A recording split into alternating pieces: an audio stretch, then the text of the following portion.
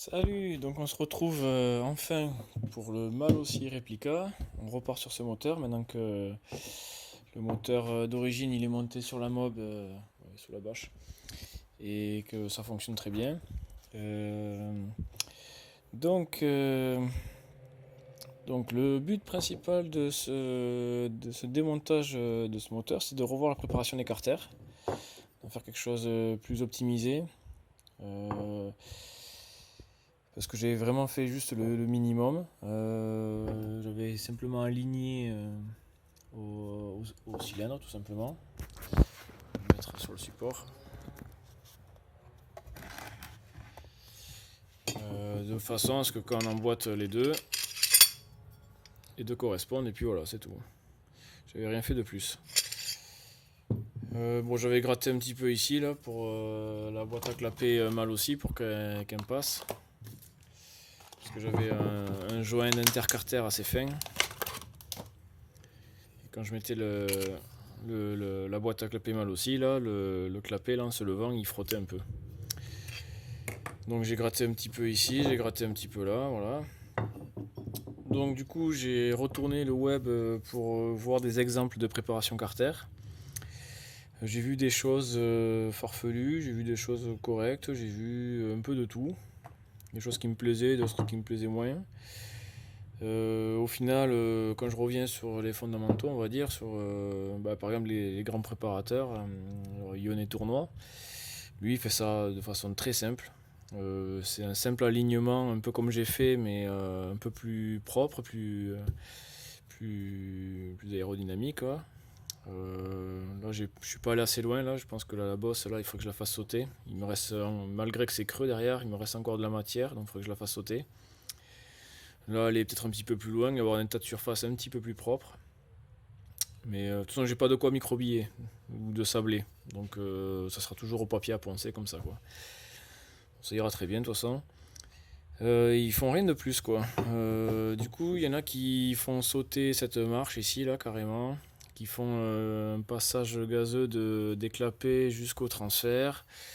Pareil ici, il y a des trucs là. Mais ça, c'est joli quand on regarde le carter seul. Mais quand on fait l'assemblage avec le vilebrequin ou avec le cylindre, je trouve ça pas cohérent. Là aussi, il y en a qui arrondissent l'arête ici. Bon, moi je l'ai fait pour pouvoir passer la boîte à clapper parce que ça passait pas sinon. Mais sinon, je vois pas l'intérêt d'arrondir ici parce que l'air, le mélange là, le mélange d'air, essence, huile, il passe pas par là, quoi. Une fois qu'on a la boîte, ben, il sort ici au bout des clapets là, au bout des lamelles. Donc tout ce qui se passe avant là, ça sert à rien, quoi. Au contraire, il faut qu'il y ait le maximum de matière, soit au plus proche possible de la boîte à clapper pour diminuer les volumes morts. Et après, c'est à partir de là, bien sûr, quand elle s'ouvre la lamelle, ça passe un petit peu sur les côtés, mais c'est vraiment à partir d'ici que ça se passe, quoi. Tout ce qui est en amont, ça sert à rien, quoi. Là, de casser les arêtes et tout ça, ça sert strictement à rien, quoi. Donc moi j'avais tout gratté là pour encore une fois là, pour passer cette boîte à clapper là. Parce qu'il faut usiner un petit peu, mais j'ai pas voulu faire de préparation, d'avoir un passage de meilleure qualité ici, parce que pour moi il n'y en a pas. Au contraire, il faut laisser un maximum de matière pour diminuer les volumes morts. Ici pareil, sauf que là en face il y a un creux quand même, donc on peut pas aller trop loin. Donc j'en ai vu un qui a fait un beau passage là vers les transferts et qui du coup s'est retrouvé avec un trou et qui l'a comblé à l'époxy. Moi ça me plaît pas l'époxy, j'ai pas envie de ça. Et puis même passer des clapets directement au transfert, je trouve ça un peu bizarre aussi dans le fonctionnement du moteur.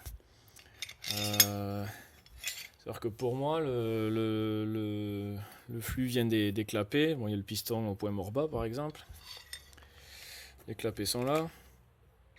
Que ce soit les Malossi qui sont à plat ou les type origine ou Ratena ou n'importe là qui sont à 90 degrés dans l'autre sens. Peu importe. Euh, le mélange, il sort des lamelles de clapet là en bout.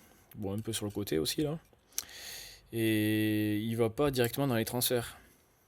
D'ailleurs, il y a ici représenté les masses du vilebrequin là. Du coup, ça commence à faire du monde là. Il y a beaucoup moins d'espace là. Pour moi, l'air des clapets, ne va pas directement dans les transferts. D'ailleurs, il peut pas parce qu'il y a les jupes du cylindre qu'on peut pas couper parce que ça guide quand même le piston. Puis même si on coupe les jupes du cylindre, et bien, il reste encore le piston là. Si je le tourne le piston, ben voilà, il y a encore ça au point mort bas. Et on va pas le couper non plus parce que ça commence à faire beaucoup. Donc tout ça ici, ça va rester. Donc on peut faire un petit passage par derrière là, pourquoi pas, mais dans le fonctionnement du moteur, quand le piston est au point mort bas, quand il remonte, donc il crée du volume dans le cylindre sous le piston. Donc c'est ce qui fait une dépression qui va aspirer le mélange par le carburateur. Donc le mélange, la seule fuite qu'il a de possible, enfin, qu'on s'efforce à faire, c'est qu'il aspire par les lamelles déclapées.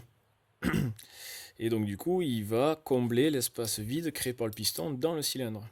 Donc du coup, pour moi, le mélange ne passe pas déclapé directement au transfert. Il va d'abord remplir l'espace créé par le piston quand il est en train de remonter. Si j'enlève le vilebrequin. Voilà, donc quand le piston remonte, il crée un volume. Donc l'air va se remplir à cet endroit-là. Et ensuite, quand le piston redescend, les clapets du coup se referment. Et du coup, l'air passe de l'intérieur du cylindre et il fait demi-tour et il va dans les transferts. Donc ça se passe en 2 temps, quoi. D'où le moteur 2 temps.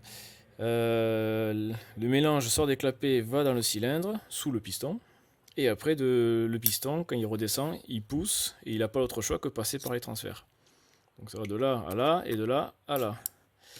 Donc je vois pas l'intérêt de casser cette matière ici là et de faire directement une veine gazeuse là qui va directement dans les transferts.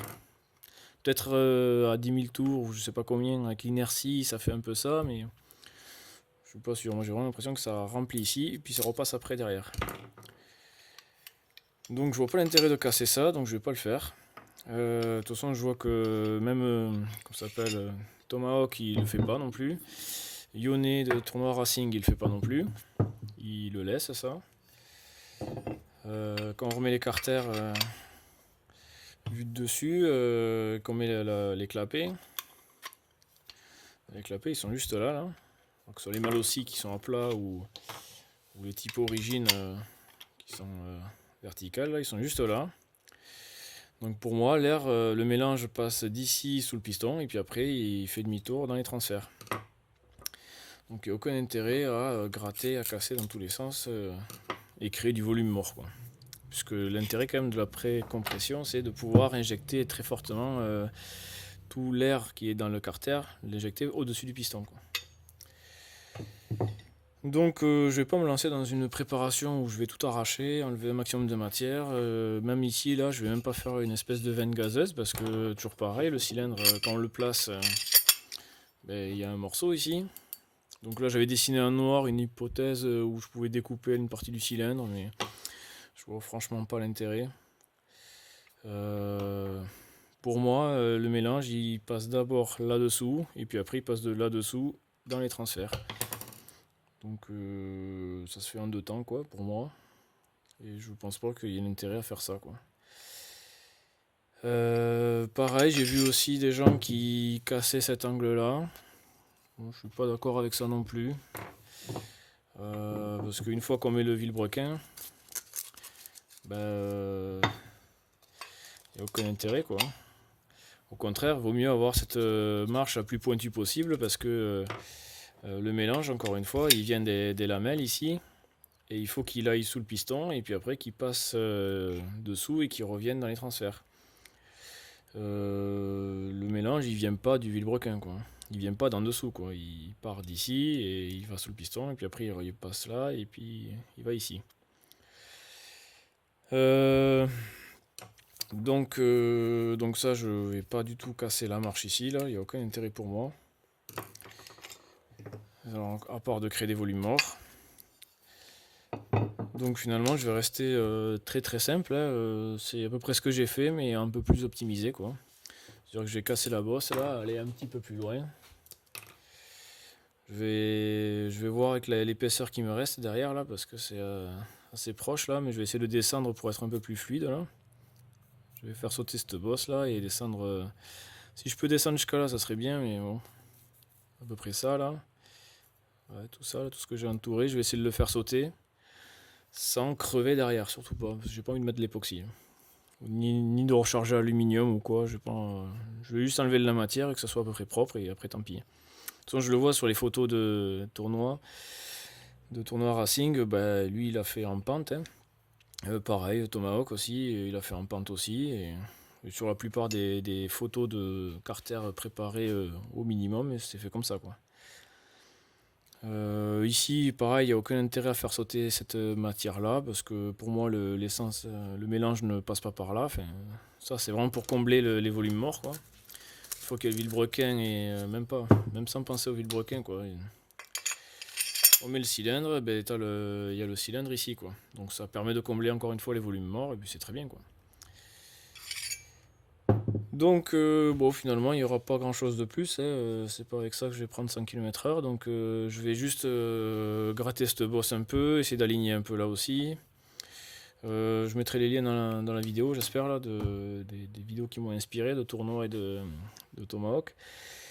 Où il parle aussi que cette arête là, il n'y a pas grand intérêt à la casser. Bon, je l'ai chanfreiné, mais je ne l'ai pas supprimé complètement. Certains de mes abonnés ont dit qu'ils ont réussi à la supprimer sans crever derrière, mais à mon avis ils doivent passer vraiment très près. C'est un petit peu risqué. Je vais essayer de mesurer, de voir ce que je peux faire là, de mesurer entre le creux ici et là. J'aimerais bien qu'il me reste au moins 1 mm, 2 mm. Ouais. Après, pareil ici, là, j'avais juste brossé, enfin gratté juste là. C'était assez timide. Donc je vais essayer de descendre, de faire quelque chose d'un peu plus progressif là, de descendre comme ça par exemple, et d'enlever la matière que j'ai là ici, là. De casser cette mini bosse. Bon, comme quoi c'est vraiment du chipotage et je vais pas révolutionner la préparation que j'ai faite en fait. Je vais juste l'optimiser un petit peu, donc ça va pas, pour moi ça va pas changer grand chose. Peut-être au niveau du cylindre aussi, là j'ai vu que Ione Tournoi là il a gratté un petit peu le cylindre, c'est-à-dire qu'il a... Parce que les conduits, ils ont tendance à revenir comme ça. Ce conduit-là, là, un peu comme ça. Donc du coup, ici, on a une arête très vive. Et avec un coup de lime, on a vite fait de casser, d'ouvrir un petit peu, là. Et après, de s'aligner un peu derrière. Je pense qu'il a fait une forme un peu comme ça, là, sur ses vidéos, là, Ione. Donc il a un petit peu gratté là, un petit peu gratté là. Je suppose que ça va changer grand-chose, encore une fois. Bon, tant qu'à y être, je vais le faire un peu. Comme ça, je vais gratter un peu ici pour réaligner. Le transfert arrière est déjà bien aligné, donc je vais pas y toucher.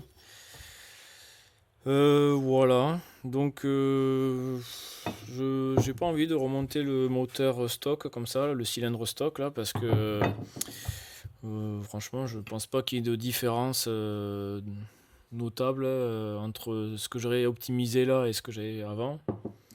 Donc je vais pas tout remonter pour faire des essais et voir à peu près que ça fait le même résultat comme ça. Hein. Moi j'en conclus qu'un cylindre mal aussi là, j'ai fait tous les réglages, le carburateur, vario. Il me manquait peut-être la couronne de 60 encore. J'étais en couronne 56, je tirais peut-être encore long. Pour moi, ce cylindre-là, voilà, tout stock, là, j'arrive à en tirer du 90 km/h, voire 95 GPS, là, si je suis couché sur la mob, complètement étalé, là, et qu'il n'y a pas de vent, quoi. Mais sinon, voilà, stock, il marche de 40 km/h à 75, et il marche très très fort, et après, il commence un peu à s'essouffler. 80 ça va quand même, 85 ça commence à être dur, 90 il y arrive, et 95 ça dépend des jours. Je pense que là je peux plus rien en faire d'autre. Je n'ai pas de fraise d'angle, donc je ferai pas de mise au carré à l'intérieur, parce que j'ai pas ce qu'il faut. Donc ce que je vais faire, c'est simplement, avec mes fraises, là, je vais augmenter le diagramme d'échappement. C'est tout ce que je peux faire avec ma fraise. Donc ça va me permettre de mettre des diagrammes un peu plus classiques, c'est-à-dire du 130-190. Donc les latéraux, je les avais déjà à 128 ou 130, je sais plus, avec le joint d'origine là en 0,45. Donc je vais me caler de manière à avoir 130 aux latéraux. Et après je regarderai qu'est-ce qu'il me faut fraiser ici pour obtenir 190. Et je remonterai donc le moteur avec cette légère préparation comme ça, et on verra la différence par rapport à ce que j'avais avant. Donc je reprendrai mes relevés GPS d'avant, mes réglages et tout ça, et on pourra faire des comparatifs par rapport à ça. Du coup, le Bidalo RR et le Polini, pareil, je vais les remonter propres, on verra comment on les remonte. Pour faire des comparaisons version stock, j'ai mes relevés d'avant. Je pense pas que je ferai mieux que ce que j'avais fait avant, quoi. Donc le mal aussi, je vais le remonter avec un petit coup de fraise là. Donc il sera pas stock, parce que je l'ai déjà fait avant et j'ai vu ce que ça donnait. Maintenant on passe à la suite. Donc pour le comparatif des réplicas, je me baserai sur ce que j'ai fait sur le mal aussi dans les vidéos précédentes. Le Bidalo et le Polini, je les remonterai stock. Le Polini, de toute façon, j'ai pas de quoi le préparer parce que le W là, il faut le faire avec un renvoi d'angle, on peut pas y aller par derrière là, comme ça, sinon on fera de la merde. Donc j'ai pas de renvoi d'angle, je peux pas le réparer. Donc le Polini, ça sera stock, et le Bidalo, dans un premier temps, je le fais stock et après je le démonte et je lui mettrai aussi 130-190 pour comparer au mal aussi. Comme ça, ils ont les mêmes paramètres, même taux de compression, même paramètres. Et on fait un comparatif qui est la plus grosse entre Malossi et Bidalo. Et sûrement qu'ensuite je m'amuserai à aller un peu plus haut dans les diagrammes, même si je crève le cylindre, c'est pas grave. De toute façon, je roule pas avec, je passe plus de temps à le bricoler, à le mettre au point que rouler avec. C'est pas, moi j'ai le permis moto, j'ai une moto, c'est pas, je me déplace pas en mobilette, je m'amuse, je mets au point les moteurs, je m'amuse à faire de la mécanique avec. Mais je fais pas beaucoup de kilomètres, donc du coup je vais continuer à le préparer et je vais essayer de mettre je sais pas, 195, 132 par exemple, et on va voir qu'est-ce qu'on gagne en plus par rapport aux 130, 190. Voilà, comme ça on fait étape par étape. Moi ça me permet de découvrir un peu le moteur de temps là et m'amuser à le préparer, quoi. Et savoir ce que je fais, quoi. Quelle préparation fait quoi comme résultat. Donc voilà, je vais donc optimiser l'alignement des carters, simplement ça, quoi, juste ici et là. Je ferai rien d'autre. Là, casser ça, comme j'ai dit tout à l'heure, je vois pas l'intérêt. Donc je vais rester très simple. Je vais juste optimiser, faire plus propre. Et ici, on va rehausser l'échappement de manière à obtenir 190 quand on a 130 aux latéraux. Et on remonte ça et on fait l'essai, toujours avec le piston bisegment de Malossi. Peut-être je redémonterai pour changer le piston et mettre peut-être le Hersal, à voir. C'est vrai que mettre un piston à 20 € pour tourner à 10 000 tours, ça m'inspire pas des masses, mais en même temps le Hersal T6 il est fait pour faire ça, quoi. Donc à voir, si vraiment de remplacer le piston Malossi par le Hersal, on y gagne. Comme ça je ferai juste cette modif là et on verra ce que ça donne. Et si on y gagne, je le garde et puis on finit d'augmenter les diagrammes. On testera du coup de faire soit cette boîte à clapet ou soit la Doppler peut-être, ou l'Athena surtout. Et on verra si c'est une différence. J'y crois pas trop, mais on verra. Je monterai et puis je ferai une accélération, un relevé GPS, on verra l'accélération en courbe et la vitesse de pointe. Et puis on essaiera les échappements aussi. Même si quand j'aurai mis 130-190, ça fait 60 de différence, 60 degrés de différence, donc le Giannelli Sport il devrait bien s'adapter. Mais on essaiera quand même les autres. Voilà.